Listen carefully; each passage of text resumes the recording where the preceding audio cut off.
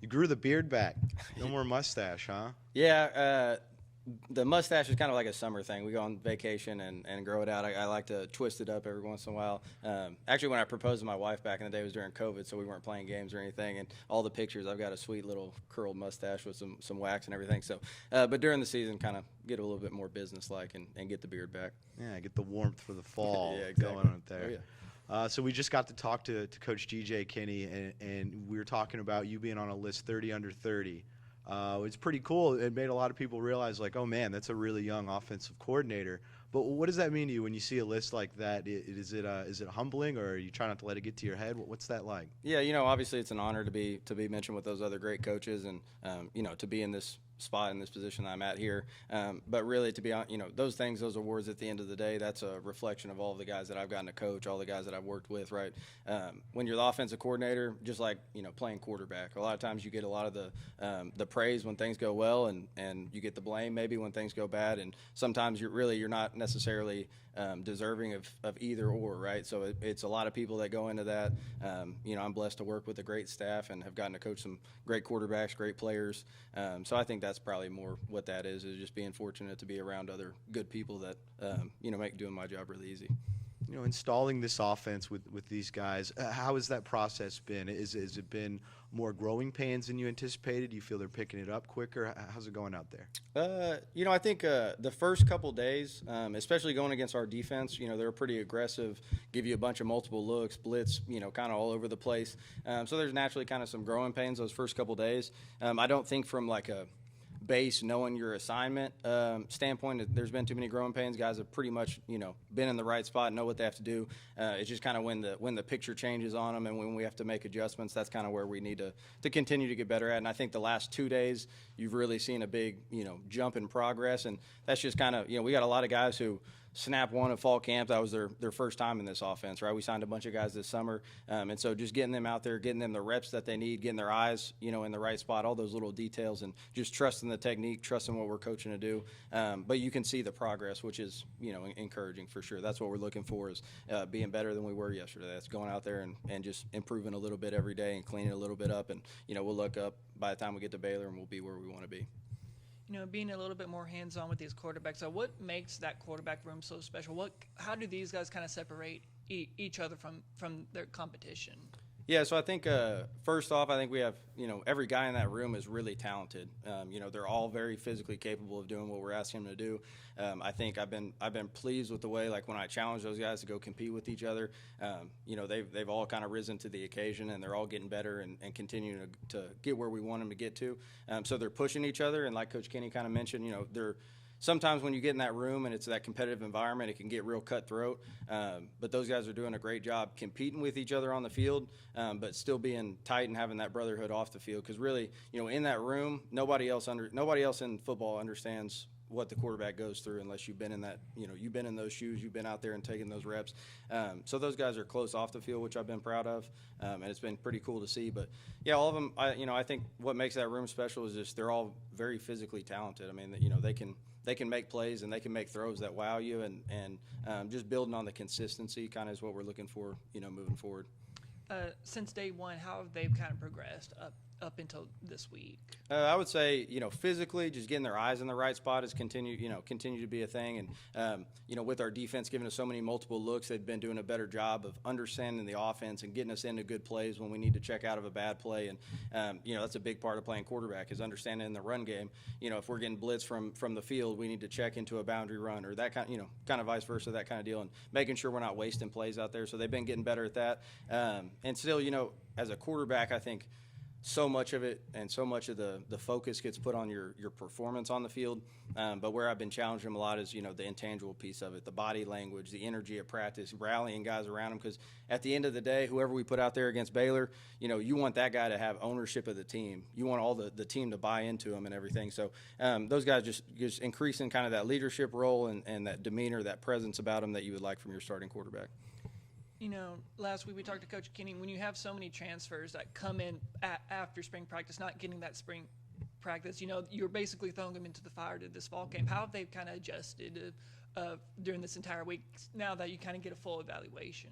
I've been really pleased with all those guys. I think, from the competitive nature, the mindset, they've attacked it. From the install, they've been great in the meeting room. And we kind of, we knew the situation that we were going into, so we kind of installed a little bit slower maybe than we normally would and let those guys kind of get their feet underneath them as we get going. But, I think we had a lot of guys who didn't do, not only didn't they do spring ball at Texas State, but maybe didn't even do spring ball anywhere because they were kind of in the portal making a decision. And so I think you've seen kind of guys knock that rust off. You've seen guys' talent. We've been able to get some really good evaluations the past couple of days as they're kind of playing into shape and getting a grasp of the offense. So, yeah, I think those transfer guys have done a great job. And I think our coaches have done a phenomenal job working those guys in at the right pace and teaching those guys the offense in a way that they can understand it right off the bat. Coach, earlier we asked GJ which position was the toughest to evaluate at this stage of camp, and he said quarterbacks because you're not really quite live and they're not allowed to get hit during practice. So for you as the offensive coordinator, what are the biggest challenges for you when it comes to quarterback evaluation moving forward? Yeah, I mean, I think that's pretty spot on. You worry about that in fall camp.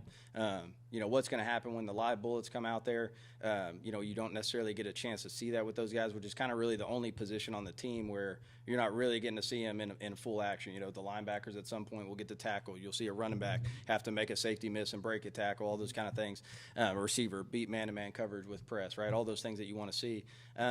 I think so, when we get into it, we're going to put a big emphasis on these scrimmage days of like trying to make it a game-like environment and see, when the lights are going to come on, when we're going to go out there and play somebody else on a Saturday, who's going to kind of step their game up and who's going to go, be a gamer basically, who can go out there and manage it with a little pressure on them. You look at the receiver position, and people that have followed the program for a number of years are very familiar with Ashtyn Hawkins. The plays he's made the past couple of years, he's also been standing out at camp. But there's a lot of new talent at receiver. Bo Corrales and Sean Shaw and Joey Hobart and Shadid Ahmed, names like that. Who are some of the guys beyond Hawkins standing out at receiver right now? I think one thing is that that's a really deep room right now. I think we're we got 10 guys in that room, honestly, that I feel good about when they're in the game, that they can go out there and make plays. So I think we made big, drastic improvements in the roster in terms of just the depth there. Obviously, Ashtyn's having a great camp. Kind of everybody probably, knew that was going to happen. I think Cole Wilson and Joey Hobart are both guys who have stepped up and flashed as like these guys can be real playmakers for us. Julian is one of those guys who's just going to be he's going to be, you can trust him to do his job every play. He might not be the flashiest player, but he's going to get the job done. So he's been really good. We'll be excited to kind of get Bo back into the swing of things today. He got to run some routes on air, and as he kind of gets back from a little hamstring tweak, but should have a really good evaluation of him. I think he brings us a really strong presence outside, big body. He has some good speed over the top. So excited to kind of get him back in the fold. Drew Donnelly's looked really good since we moved him over to the right side instead of playing the left this spring. So it looks a little bit more natural over there on the right. That's where he played in high school. But yeah, Chris Don flashes as a young guy who's got a lot of talent. Probably get a chance to get on the field this year at some point. But yeah, I think those guys are doing a really good job, and we're throwing a lot on them because we've had some people, some pieces in and out, because of injuries or whatnot throughout the first couple of days of fall camp. And so those guys are, maybe playing inside receiver one day, and then they might be playing outside on the right one day, and then they might be playing outside on the left the next day. And so that's a tough deal where you're not necessarily getting comfortable in one spot, having to learn the whole offense conceptually. But those guys are doing a great job. I think Coach Sussman and Coach Evans are doing a great job coaching those guys in the room, and just kind of everybody, I feel comfortable when we throw them out there that they know what's going on, they know what to do, they know the system, and just kind of continuing to build that rapport with the quarterbacks on the timing and all that stuff that we need to continue to get better at. It feels like the days of the bell cow running back are kind of distant memory. It's not very often now you're seeing guys get 20, 25 carries a game. Coaches tend to ride the hot hand or put in a guy based on the game situation. What is your philosophy with the running back position, and how is it playing out right now with the backs you have here? I think last year, basically because due to some injuries, we kind of ended up in that bell cow situation. We had a guy, Marcus Cooper, who by the end of the season was I mean, he was really toting the rock. He was doing, he was breaking off 80-yard runs every week. And so we were, we just kind of rode him. I think in the playoff game, he played all 94 snaps of the game against Furman. So he was unbelievable. So, in a situation like that where you've got a definite guy, you kind of ride him. I kind of see our running back room right now being a little bit more of a rotation. I think Calvin's doing a great job. He gets the ball where it needs to go. He's great in blitz pickup. He's just very consistent. Jeter has been, kind of who you want him to be, I think. He's been a physical guy who's not afraid to get the ball downhill. So he'll definitely, be a guy that we can use. And he's actually got great hands, too, for a big back. He catches the ball really well out of the backfield. Denario obviously flashes as a guy who's super talented. JUCO All-American, first team All-Conference there at Kilgore. So we're excited about him. And then Ish Mahdi is, he's got the explosive big playability, great out of the backfield, throwing him the rock. So I think all those guys kind of bring a unique skill set. So yeah, I would see all those guys, especially early in the season, kind of getting some PT. And if one guy's hot, we might ride that guy for the rest of the game. But if they're all kind of bouncing in and out and doing this, keeping everybody fresh, I think that helps us in the fourth quarter. Without giving away any of your game plan, when it comes to the tight end position, how do you like to utilize them? I think it's kind of personnel driven. Last year we had kind of more of a true fullback, so he didn't necessarily he didn't catch the ball a ton. I think our tight end last year had maybe 9 catches. I think that position has had a really good fall camp. I think those top two guys, Connor Fox and Titus Lyons, have been guys that you can count on, guys who do their job every time. I think they're athletic enough to catch passes for sure and run routes and do all that kind of stuff. And then we have Simon Gonzalez who added in as a third. So I think we got great depth there. I would imagine we use those guys maybe a little bit more than we did last year, just because their skill set kind of presents a little bit more, it's a little bit more unique, and they can run routes and catch the ball and be athletic and do all those kind of things, and still have that body presence, big tight end body presence that the quarterbacks like. So yeah, kind of maybe a little bit different role than they've had in the past in our offense. I just have one quarterback question. I won't spend all day doing it. But on Saturday, Coach Kinne was talking about the quarterbacks, didn't give any names, but was saying starting to see some separation. Are you seeing that as well, or is it more of a competition than he's letting on? Yeah, I think it's definitely a competition. I think those guys, we started to see a little separation, and then the guys who are kind of getting back of the pack, they kind of picked their game up and have kind of leveled the playing field pretty good. So that's kind of what you want to see, right? You want to see how guys respond to a little adversity, right? When we cut a guy's reps or put him with the twos that day, like does he go in the tank or does he respond to that and take the coaching and get better from it? And those guys have done a great job. So definitely still a live competition. Been really pleased with how those guys have handled everything, and think we got a chance to be really special in that room this year. We also got to talk to GJ about play calling, and he said there's a little bit of a democracy there. You call plays, but he can give some input. How much input does he really give? How much do you let him get away with? Oh, well, I let him get away with as much as he wants. He's the boss. So however much input he wants to have, I'll definitely listen to it. And they're really, on game day, for the most part, he's been great. Obviously, you go into the season last year and you don't really know kind of how that dynamic's going to work. But he was unbelievable, kind of some critical situations, made some really good suggestions on plays, and I have a lot of respect for him as a football coach, as an offensive mind, obviously, and I don't want to be a guy that's ego-driven and it's my play calls and it's my offense, and so when he has a good suggestion, we'll roll with it. Like we said, he had a suggestion for a little double move in the playoff game that we threw the game-winning touchdown on, or touchdown to go up and ended up winning the game with it. But so that dynamic's been really good, and for the most part, he kind of lets me do my thing. We go so fast on offense, it's hard, in the drive to make a lot of suggestions. But in between drives, we have some good back and forth about what the defense is doing and what we need to get to. So yeah, that's a really good dynamic for us, and I think both of us are pretty humble guys, not no ego. We just want to do what's best for the team and put points on the board at the end of the day. So yeah, it's a good dynamic. That was funny when he was talking about drawing up a play on the sideline in a playoff game. Yeah. I think it's some backyard football where you're pointing on a football, you go there. What was that like? What were you guys? That was literally actually what was going on. I'm like the old school, like, hey, you're gonna run here and then go here. It was a play that we had practiced before, we had installed. We just hadn't repped it in a couple weeks, but it was there. We had set it up, and so we ended up. It was actually Cole Wilson. We got him on a little slot double move. They were inside leverage, man to man. We kind of held the guy, and Lindsey threw a great ball in the corner of the end zone for a touchdown. So it wasn't completely like backyard football. We're just drawing up every route on the sideline. It was a play that we had, installed a couple weeks ago, but just kind of had to refresh those guys' memory. And it was a great job by GJ, kind of thinking in the moment what would be good here and being able to recall, what we had talked about a couple weeks before. So, yeah, that was a good deal. It was fun.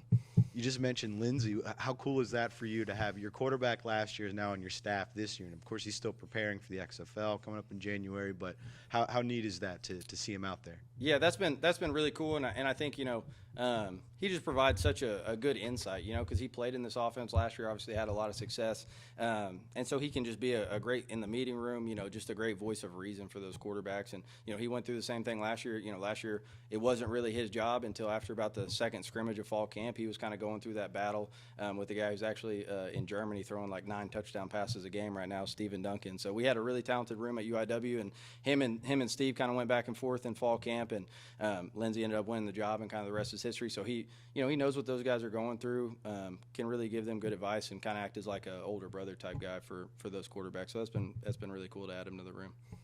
We've talked a lot about the skill position.